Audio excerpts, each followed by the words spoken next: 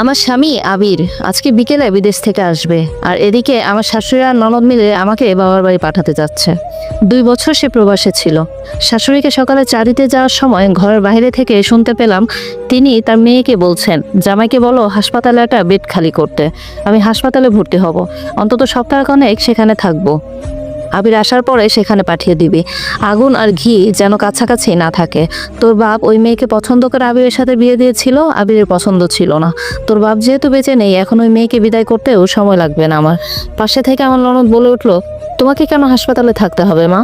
তুমি অনামিকার মামাকে বলো ওকে এসে নিয়ে যায় যেন। ও চলে গেলেই তো সব সমস্যার সমাধান হয়ে যাবে, তাই না? ভাইয়া আসলে নতুন মেয়ে দেখা শুরু করো। এই মেয়েকে আমার পছন্দ না, সবসময় বেশি বলছে। তোমার ছেলেকে তোমার কাছে থেকে দূরের মানুষ বানিয়ে দিবে, দেখো মা। শাশুড়িও তাল মিলিয়ে বলে ওঠেন, সেদিন শুনলাম আবিরকে বলছে এটা লাগবে ওটা লাগবে। এখানে এসে থেকেছে কয়দিন, এখানে এসে কোনো কিছুতে হাত লাগাতে দেয় না আমাকে। এই মেয়ে আমার সংসার আমার কাছ থেকে কেড়ে নিতে চায়। এত সব আমি কিছুতেই বরদাস্ত করব না। আমার ছেলের কাছে থেকে ওকে আলাদা করেই ছাড়বো। আমার কথা শুনে যেন আমার পায়ের তলার মাটি একদম সরে গেল। আবিরের থেকে আমাকে আলাদা করতে চায়। কি ক্ষতি করেছি আমি তার? কেন এমন করতে চাইছে? রাজ্যের চিন্তা যেন আমার মাথায় এসে ভর করলো। নিজেকে সামলে নিয়ে দরজায় নক করতে এই দুজন চুপ হয়ে গেল। ভেতর থেকে আম্মা জোরে বলে উঠলেন, কে? আম্মা, আমি চা নিয়ে এসেছিলাম, ভেতরে আসো। চা নিয়ে ভেতরে যেতেই আমার ননদ রুম থেকে বেরিয়ে গেল। আম্মাকে চা দিয়ে নিজের রুমে চলে আসবো, তখনই তিনি আমাকে পেছন থেকে ডাক দিলেন। আমি কাছাকাছি গিয়ে দাঁড়ালাম।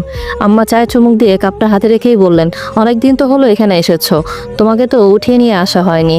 আমি তোমার মামাকে ফোন করে বলে দিচ্ছি তোমাকে যেন এসে নিয়ে যায়। আবির আসলে ওকে তোমাদের বাড়ি পাঠিয়ে দেব। ওর সাথে এখানে এসে আবার কয়েকদিন থেকে যেও, অনুষ্ঠান করে তোমাকে নিয়ে আসবো একেবারে, কিন্তু তার জন্য সময় লাগবে একটু। আমি মাধ্যমের মতো মাথা ঝাঁকালাম। আম্মার দুই সময় দুই রকম কথা আমার ভেতরে ঝড় তুলেছে। আবিরের সাথে আমার সংসার কি সত্যিই ভেঙে যাবে? আমি তো আম্মাকে আমার মায়ের মতো ভালোবেসেছিলাম। ওনাকে দেখতে ইচ্ছা করলেই চলে আসতাম।